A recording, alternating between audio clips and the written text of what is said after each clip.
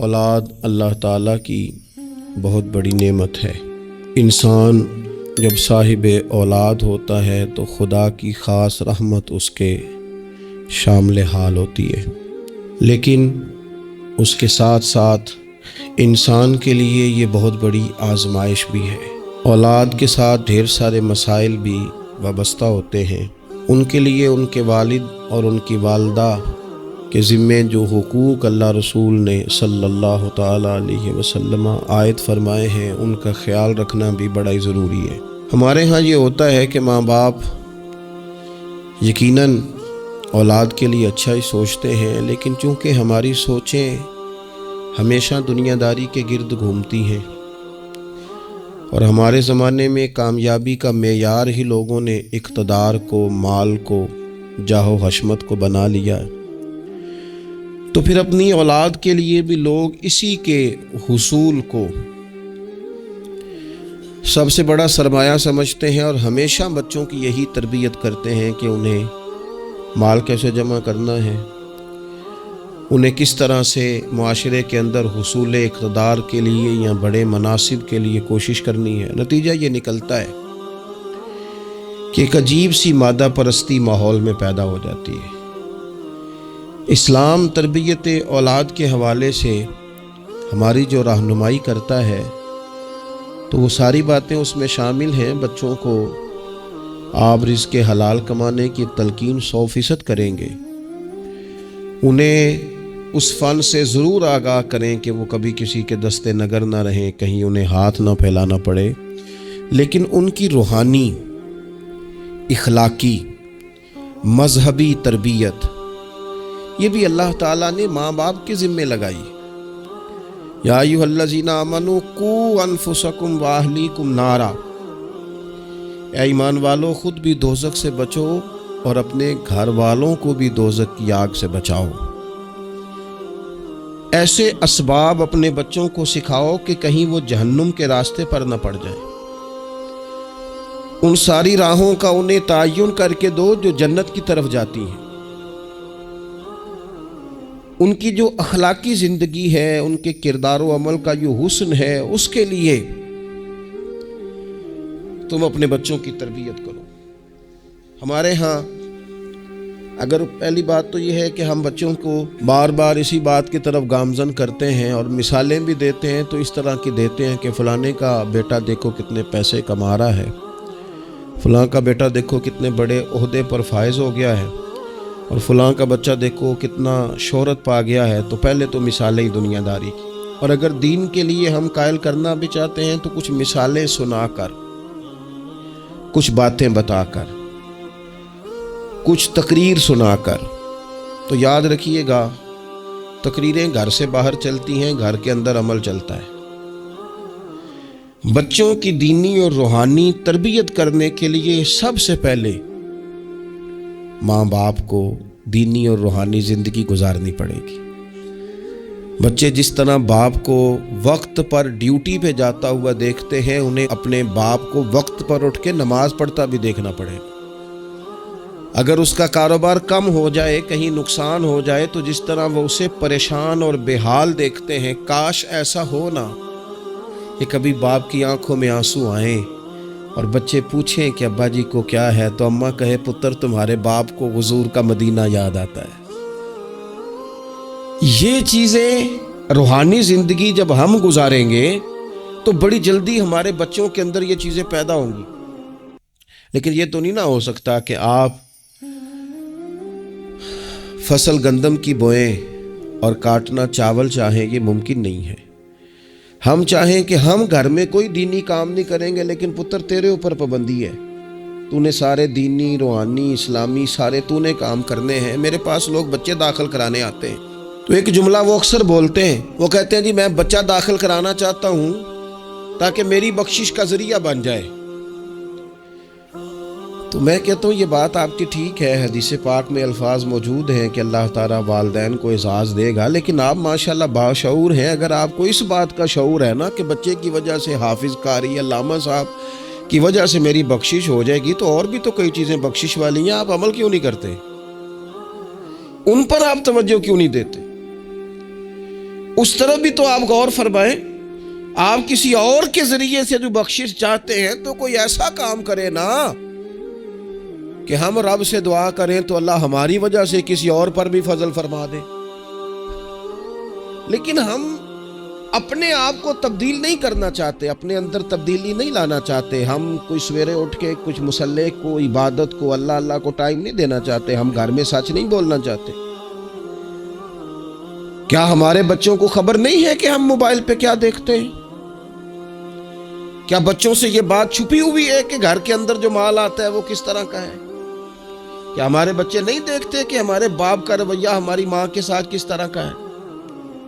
کیا وہ چیزیں بنظر غائب غور سے ملاحظہ نہیں کرتے کہ ہماری اماں کا رویہ اپنے میکے کے حق میں کیا ہوتا ہے اور باپ کے والدین کے حق میں کیا ہوتا ہے؟ وہ ساری چیزیں جو ہمارے گھر میں ہو رہی ہوتی ہیں وہ بغیر ہمارے بتائے بچے اسے سبق لے رہے ہوتے ہیں.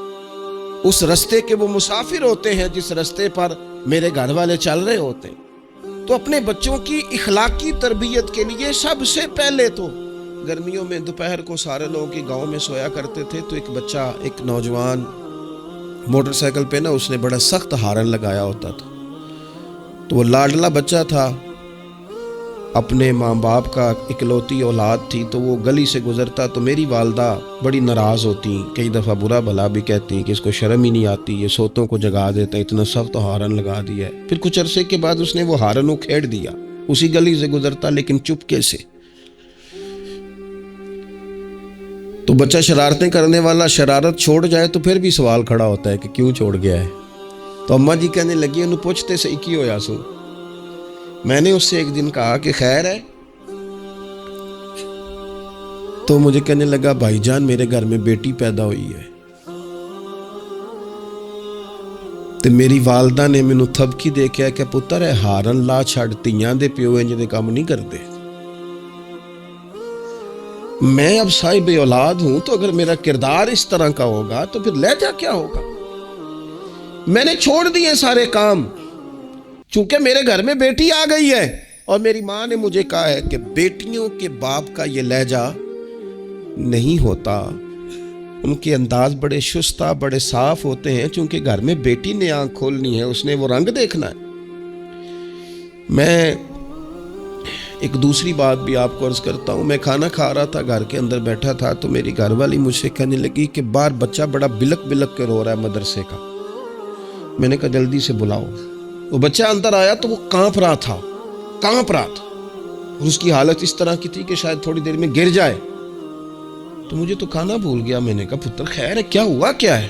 تو بولے تو اس سے بات نہ ہو سکے، ہانپتے کانپتے تڑپتے ٹوٹتے جملے. تو میں نے کہا بیٹے کیا بات ہے، چھوٹا سا بچہ ہے.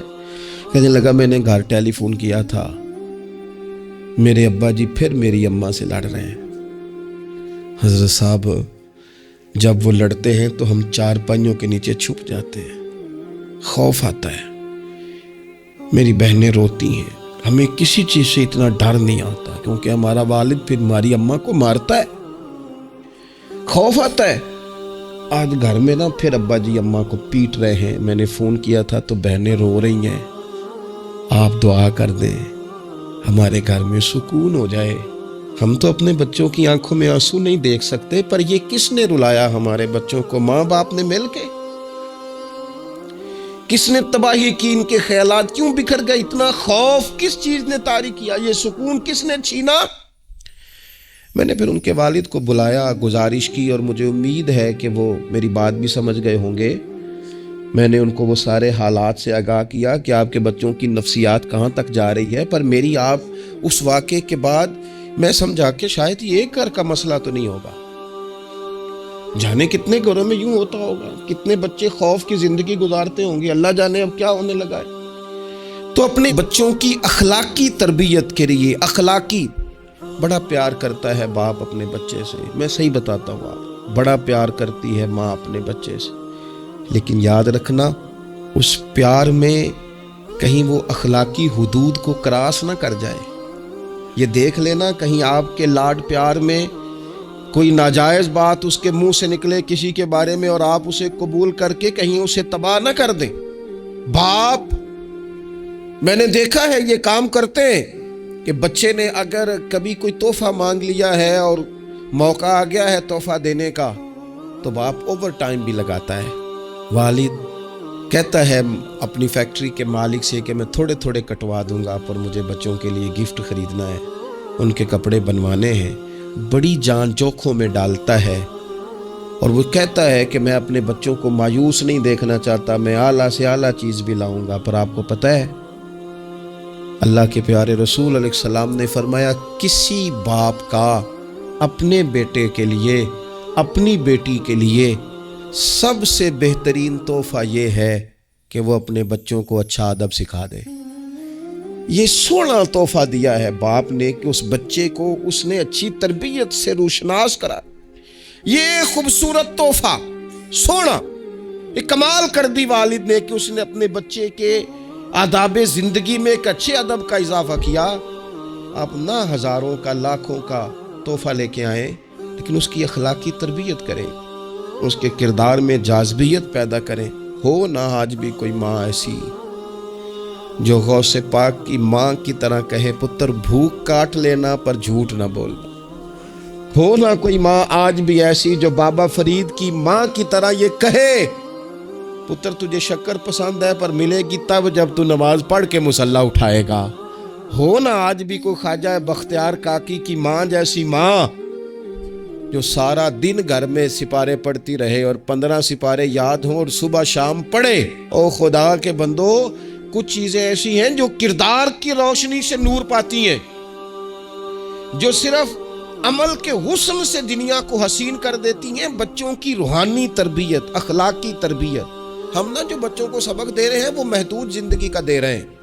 ہم مسلمان ہیں, ہمیں ہمارے دین نے کہا ہے کہ زندگی 60-70 سال کی نہیں, اس کے بعد بھی ایک زندگی ہے جو ہمیشہ رہنے والی ہے, ختم نہ ہونے والی ہے.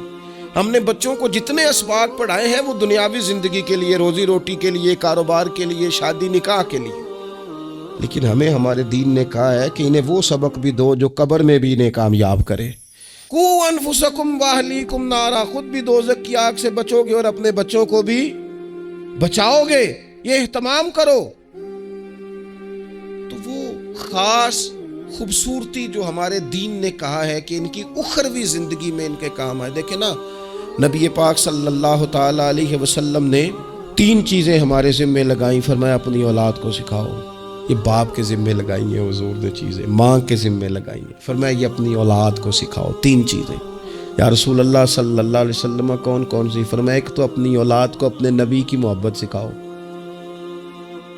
اس کا مطلب ہے ابا کو نعت پڑھنی چاہیے نا, اس کا مطلب ہے اماں کو نعت آنی چاہیے نا, اس کا مطلب ہے حضور کے قصیدے یاد ہونے چاہیے نا, اس کا مطلب ہے نا کبھی بازو تھام کے باپ کہے نا پتر چل آج فلان جگہ تجھے لے جاؤ, وہاں مدینے والے کی باتیں ہوں گی.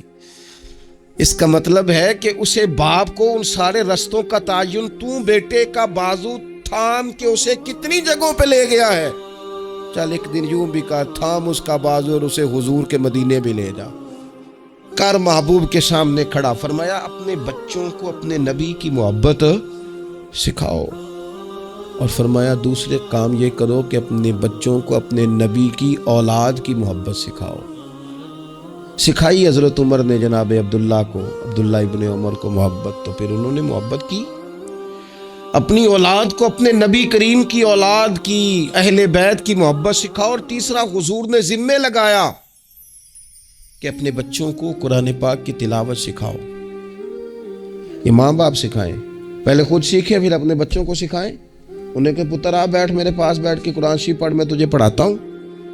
تلاوت کلام مجید تو ہر مسلمان کے لیے صحیح تلفظ سے سیکھنا ضروری ہے, تو پہلے سیکھیں پھر سکھائیں. تو ان کی اخلاقی تربیت, روحانی تربیت, 2 انسان کی تربیت کے مزاج ہوتے ہیں. ایک اس کی ظاہری تربیت ہوتی ہے, ایک اس کی باطنی تربیت ہوتی ہے. اس کے ظاہر کا بھی خیال کریں. نبی پاک علیہ السلام کے سامنے ایک بچہ کھانا کھا رہا تھا تو جہاں سے مرضی کھا رہا تھا, تو اللہ کے پیارے رسول صلی اللہ تعالی علیہ وسلم نے فرمایا سیدھے ہاتھ سے کھاؤ اور اپنی سائیڈ سے کھاؤ, اللہ تمہیں برکت عطا کرے گا. بچوں کو اخلاق کا, آداب کا طریقہ بھی بتایا جائے. ہمارے ہاں نا شادی سے واپس آ کر, محفل سے واپس آ کر بچوں کو ڈانٹا جاتا ہے کہ آج تو آپ نے بڑی انسلٹ کرا دی، آپ کو روٹی نہیں کھانی آئی۔ تو بھئی یہ بچوں کو آپ ڈانٹے نہیں، یہ تو آپ کو چاہیے تھا کہ اس سے پہلے سکھایا جاتا کہ کھانا کیسے ہے، بیٹھنا کیسے ہے، جانا کیسے ہے، کسی سے سلام کلام کیسے کرنا ہے۔ یہ ڈانٹنے کی بات ہے؟ یا استاد کو چاہیے تھا کہ اپنی کارکردگی پر غور کرتا، بجائے اس کے کہ اپنی کارکردگی کو دہرایا جائے۔ الٹا آپ اس شخص کو ڈانٹ رہے ہیں جو زیر تربیت ہے۔ اور پھر بعض اوقات یہ ہوتا ہے کہ بچوں کو اس طرح ڈانٹا جاتا ہے، ہمارے صوفیاء نے لکھا ہے جب بچے پہ غصہ آئے تب اسے سزا نہیں دینی،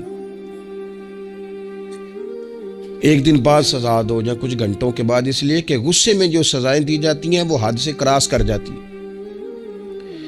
بچوں کو مناسب انداز میں سزا دینا بھی شریعت میں موجود ہے۔ سب سے زیادہ حضور پیار کرتے ہیں امت سے، لیکن نبی پاک صلی اللہ تعالی علیہ وسلم نے فرمایا 7 سال کے بچے کو نماز کا کہو اور 10 سال کا نہ پڑھے تو سزا دو، اسے مناسب حد تک تنبیہ کرو، سزا دے کے بھی پڑھاؤ، چونکہ عمر ایسی ہوتی ہے آپ کو فصل کو پانی بھی دینا پڑتا ہے اور جڑی بوٹی کو کاٹنا بھی پڑتا ہے۔ اب کو بندہ کہ نہیں میں بڑے مہربان طبیعت کا مالک ہوں جی، میں جڑی بوٹی کیسے کاٹوں؟ تو بھئی جڑی بوٹی کو کاٹنا بھی فصل سے پیار ہی ہے، اس پر بھی توجہ ہونا چاہیے۔ ایک مناسب مقدار میں آپ کسی چیز کو بھی رکھیں، افراط اور تفریط سے پاک، بچے کو مناسب حد تک آپ تنبیہ کریں، اس کی ظاہری باطنی تربیت پر توجہ دیں۔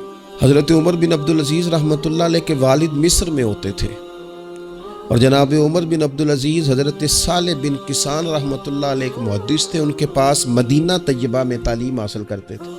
تو آپ نے اپنے استاد صاحب کے پیچھے عصر کی نماز پڑھی، تو ایک رکعت آپ کی لیٹ تھی، اٹھ کے آپ نے نماز پوری کی۔ تو حضرت صالح بن کسان محدث تھے، عالم تھے، حدیث پاک کو جاننے والے، وہ حضرت عمر بن عبدالعزیز سے کہہ رہے ہیں بچپن ہے اور والد مصر میں۔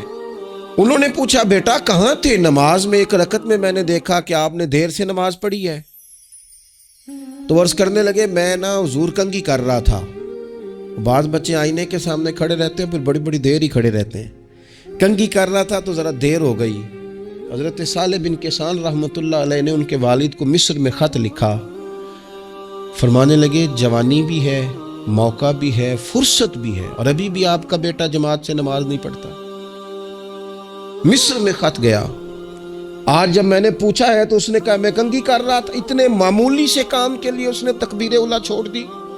اب وہاں مصر میں بیٹھے والد نے یہ نہیں کہا کہ مولوی صاحب آہستہ آہستہ ٹھیک ہو جائے گا، آپ کو کیا ہو گیا ہے، کوئی بات ہے کرنے والی؟ انہوں نے وہاں سے گھوڑے پہ بندہ دوڑایا، بندہ مدینہ طیبہ آیا۔ اس نے کہا جاتے ہی عمر بن عبدالعزیز کو لے جانا حجام کے پاس اور اس کے سارے بال اتروا دینا، اور اسے کہنا پتر جن بالوں کی وجہ سے نماز رہ جائے ان بالوں کو سر پہ نہیں رہنا چاہیے، تیری جماعت کی رکعت رہ گئی پتر، اتنا بڑا کام، اللہ کے حضور حاضری کا موقع تھا۔ پھر اس کا ریزلٹ کیا نکلا؟ حضرت عمر بن عبدالعزیز بادشاہ بنے، 39 سال عمر میں انہوں نے پوری امت کو خیر سے بھر دیا۔ حشام بن عبد الملک کے بھی 11 بیٹے تھے، جناب عمر بن عبدالعزیز کے بھی 11 بیٹے تھے۔ حشام جب دنیا سے گیا تو ہر بیٹے کو 10 لاکھ دینار آئے، اور جناب عمر بن عبدالعزیز جب دنیا سے گئے تو 11 بیٹے تھے اور 6 دینار تھے۔ اور جاتی دفعہ کہنے لگے پتر اپنے باپ پہ شکوہ نہ کرنا، تمہارا باپ بزدل تھا، 2 رستے تھے، یا تو میں اپنے لیے جہنم کٹھی کرتا اور تمہارے لیے جائیداد بناتا، لیکن میں بزدل تھا، دوزخ سے ڈر گیا، میں جائیداد نہیں بنا سکا، اپنے باپ کو معاف کر دینا۔ تو بچے کہنے لگے ابا جی ہم جس گلی سے گزرتے ہیں لوگ اٹھ کے کھڑے ہو جاتے ہیں کہ نیک باپ کی اولاد جا رہی ہے، اچھے باپ کے بچے جا رہے ہیں، ہمیں کوئی ضرورت نہیں جائیدادوں کی۔ وہ شخص جو یہ بیان کرتا ہے نا کہ 6 دینار چھوڑ گئے تھے، وہ کچھ کفن دفن پہ لگ گئے، کچھ اور کسی کام لگ گئے، 6 دینار کل بچے بچوں کے پاس، 11 بیٹوں کے پاس، لیکن وہ شخص کہتا ہے وہ جو 10 لاکھ دینار حشام بن عبد الملک کے بچوں کو آئے تھے، وہ مسجدوں کے سامنے بھیک مانگا کرتے تھے، کیونکہ جب بچوں کو بنا اس طرح کا دیا گیا کہ کھانے میں پینے میں موج میں اڑا دیا مال، اور یہ جو 6 دینار 11 بیٹوں کو دے کے گیا، رب نے اتنی برکت دی کہ ایک ایک بیٹا ایک ایک وقت میں 100 گھوڑے مال کے بھرے ہوئے رب کے رستے میں خیرات فرمایا کرتے۔ اصل دولت اولاد ہے، اصل دولت اس کا اخلاق ہے، اصل دولت اولاد کی اخلاقی تربیت ہے۔ ایسا نہ ہو کہ مال کمانے کے چکر میں اصل دولت سے ہاتھ دھو بیٹھے، ایسا نہ ہو کہ بینک پیسوں سے بھر جائے اور ہماری اولاد ہاتھوں سے نکل جائے، ایسا نہ ہو کہ ہم نے یاروں کو ٹائم دے دے کے تو بڑی دور نکل گئے ہم، لیکن ہمارے بچے کے ذہن میں چند سوالات تھے، ہم انہیں مطمئن نہیں کر سکے، ہم نے نوکروں کے ذمہ ڈال دیا، فلانے کے ذمہ ڈال دیا، چچا کے ذمہ ڈال دیا، وقت نہیں دیا، ٹائم نہیں دیا۔ کائنات میں سب سے مصروف زندگی رسول کریم کی ہے، پر حضور تو انہیں کندھوں پر بھی بٹھایا کرتے تھے، نماز میں بھی بچے ساتھ آ جاتے تھے اپنی، اور پھر بچوں کو احساس دلائیں کہ سب انسان برابر ہیں، انہیں تقوی کا درس دیں۔ آپ نے ناراض نہیں ہونا، امیروں کے بچوں کو یہ سبق دیا جاتا ہے کہ تہاڈا سٹیٹس نہیں ہے تسی فلانے نال کھیڈن ڈیس ہو۔ حضرت عمر کے زمانے میں ایک گورنر کے بیٹے نے ایک غریب کے بیٹے کو مارا تھا، تو حضرت عمر نے گورنر صاحب کو معزول کر کے اونٹ چرانے پہ لگا دیا۔ لوگوں نے کہا ابے کا کیا قصور ہے؟ فرمانے لگے اس کا بھی تو قصور ہے نا، اسی نے تو اسے بتایا کہ تو گورنر کا پتر ہے، اگر وہ بتاتا کہ بیٹا قانون سب کے لیے ایک جیسا ہے تو یہ کام نہ ہوتا۔ چھوڑ دو، کمی اور چودھری کی تقسیم، تمہاری اولادیں بچ جائیں گی۔ چھوڑ دو امیر اور غریب کا فرق، بچے متقی اور پرہیزگار ہو جائیں گے۔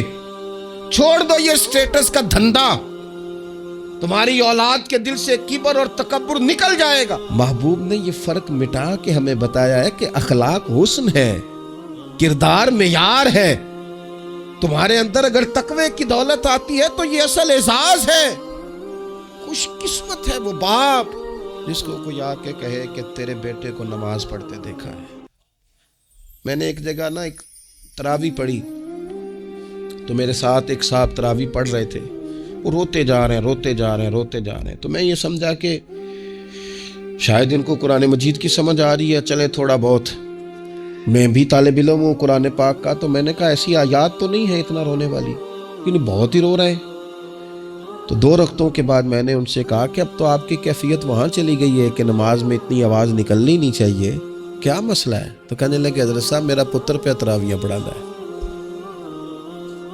تو یہ دیکھیں نا، یہ بہت بڑی خوبصورتی ہے، لیکن یاد رکھیں اس کا حافظ قاری عالم ہونا بھی بڑی بات ہے، لیکن شرط یہ ہے کہ وہ اخلاقی طور پر اگر ایک اچھا انسان بن جائے تو پھر بھی بڑی بات ہے۔